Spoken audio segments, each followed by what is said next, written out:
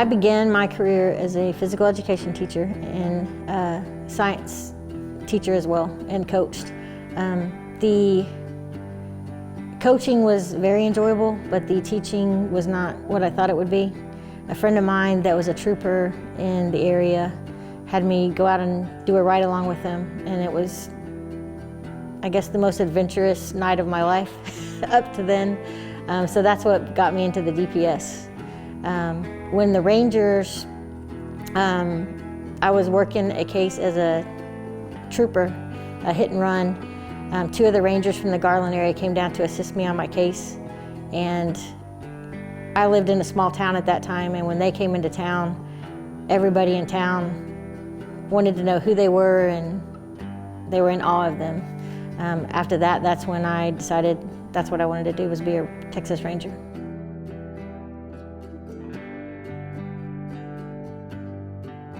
Before applying to the position, I didn't know a lot about the Texas Rangers. Again, the case that I did work with, two of the Rangers, one of them did a lot of investigative work for me, and we were trying to locate a truck that had run a vehicle off the road and killed a woman and her child. The other Ranger did some hypnosis on the husband of our victims, and just seeing how they worked, the thoroughness of their investigations, that's what made me want to be the Texas Ranger, and that's really all I knew about it to begin with.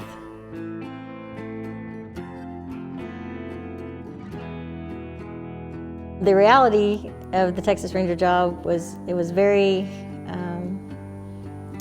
challenging, more challenging than I believed. It was also a lot busier than what I thought it was going to be.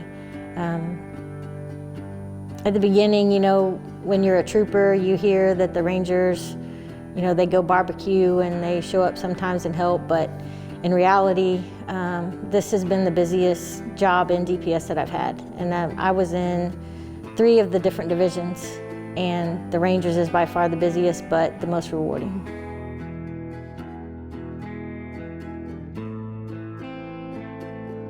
Being a Texas Ranger has been very humbling, and the traditions and the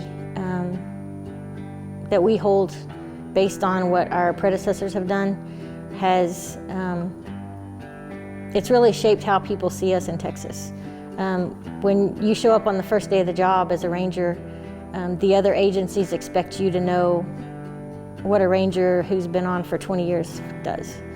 But they don't think about, you know, this is your first day on the job.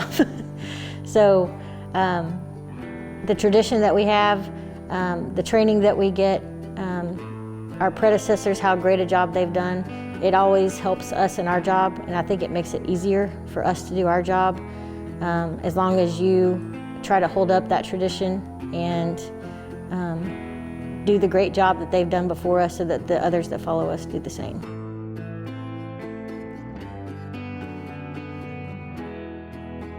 As a field ranger, daily, it's a different job every day, and that's what I love about the job. You might think that you're going to get up in the morning and go write some reports or go visit with an agency, and the next thing you know, you're getting called to a homicide.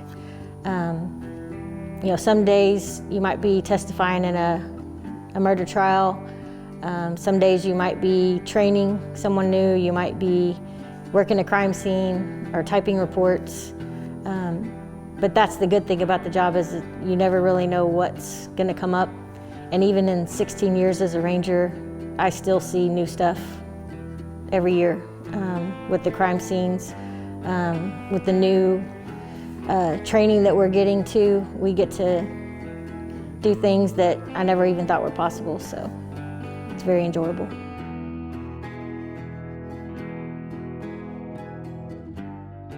There's a lot of cases. I've worked a lot of big crime scenes, being on our crime scene response team, and with the forensics. You know, we worked the school shootings and the church shooting. But one that really stuck out with me, we had an older man. He was 86 years old. He was found deceased in a cemetery along a fence line.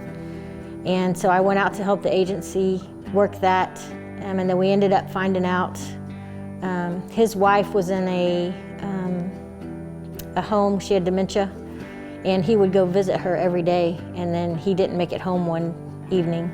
And we found out that there was two younger people, a male and a female, that early 20s, drug users. They had, the female had gotten in the car with him and asked for a ride, and then she pulled a gun on him, forced him out of the car. He tried to keep his car because, you know, that was his car. She pushed him out and ran him over and killed him. And then she proceeded to try to cover everything up, sell his car, hide, but we were able to track down everything. The reason it really stands out in my mind, though, his children and grandchildren, you know, that was very tough for them and a lot for the community because he'd been a well-respected man in the community. But I guess I formed a relationship with his relatives, his children and grandchildren, and I still, to this day, probably have lunch with them every couple months. And that's the part of the job that I really love, is being able to work with the victims' families, because we're helping them through a time of their life that's probably one of the worst. And so to be able to help them through that and get the justice that they need, then that's what's rewarding to me.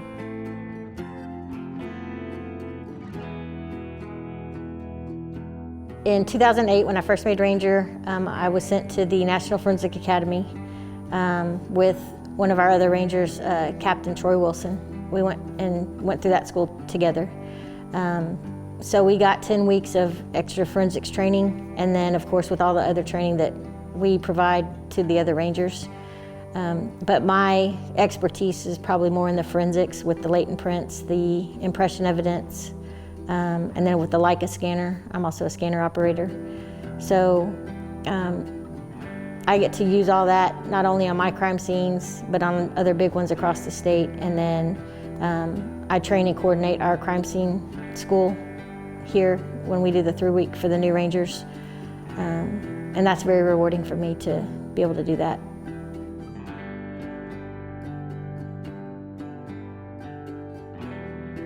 There's a lot of Rangers that inspire me. Just seeing what all the Rangers do on a daily basis inspires me, just because when you hear across the state of what everybody's doing, it's really amazing. But one of the guys, or two, Ralph Wadsworth, y'all may know him, he retired in the 1990s. He still lives in our area, and so I get to meet with him occasionally, and I just love to hear his stories, but not only for what he did as a Ranger, but just the man he is. So I really, he inspires me to do a good job. And then Richard Shing, he retired back in around 2010, I believe. He's the one that came down to Canton that I first saw as a Ranger, and that was my first, the first time I ever saw a Ranger and what they did. And then throughout his career, just seeing what he did and how he helped me was very inspiring. And then John Martin, he just got put in the Ranger Hall of Fame. He was the first Ranger that went to the National Forensic Academy, and he actually got us involved into the forensics, and that's my specialty. And so the fact that he's the one that kind of started all that, that inspires me a lot.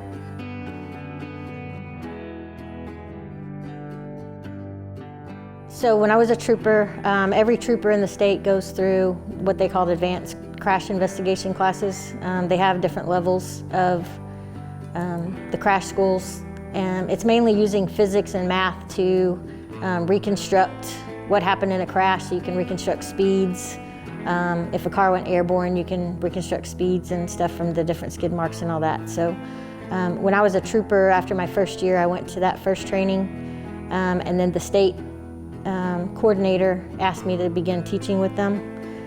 So I began teaching with them, and then I was on our state crash reconstruction team, and then I taught, I think, about 36 weeks a year when I was a trooper. So, and then I testified in a lot of trials based on the physics and the math on reconstructing what happened in a crash. So that then led me into the crime scene. I believe it's same or similar, it's just a different realm of what we do.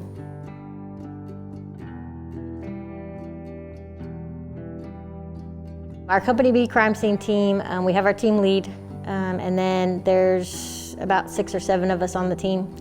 Mainly what we do is, if we have a big scene in our company, then our team leader calls us out to respond, and then we'll do all the crime scene processing and forensics for the lead ranger in that area.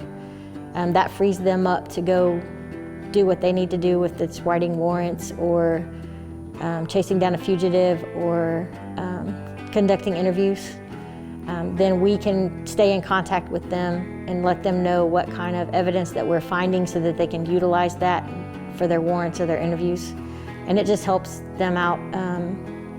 A lot of the crime scenes that we do are so involved, especially nowadays with the phones and the computers and everything. So it takes a team effort now to do a lot of these things that we're doing, and that's what we're utilized for. And then we are utilized across the state as well for some of the bigger scenes, the school shootings, the mass shootings, stuff like that. We do get called and sent that way to assist. And then most of us that are on the team are also scanner operators. So per our companies, every officer involved shooting, we do a 3D scan, and then if we have another big murder or something like that, then we want to do a 3D scan. So sometimes we might just get called out to scan as part of that too.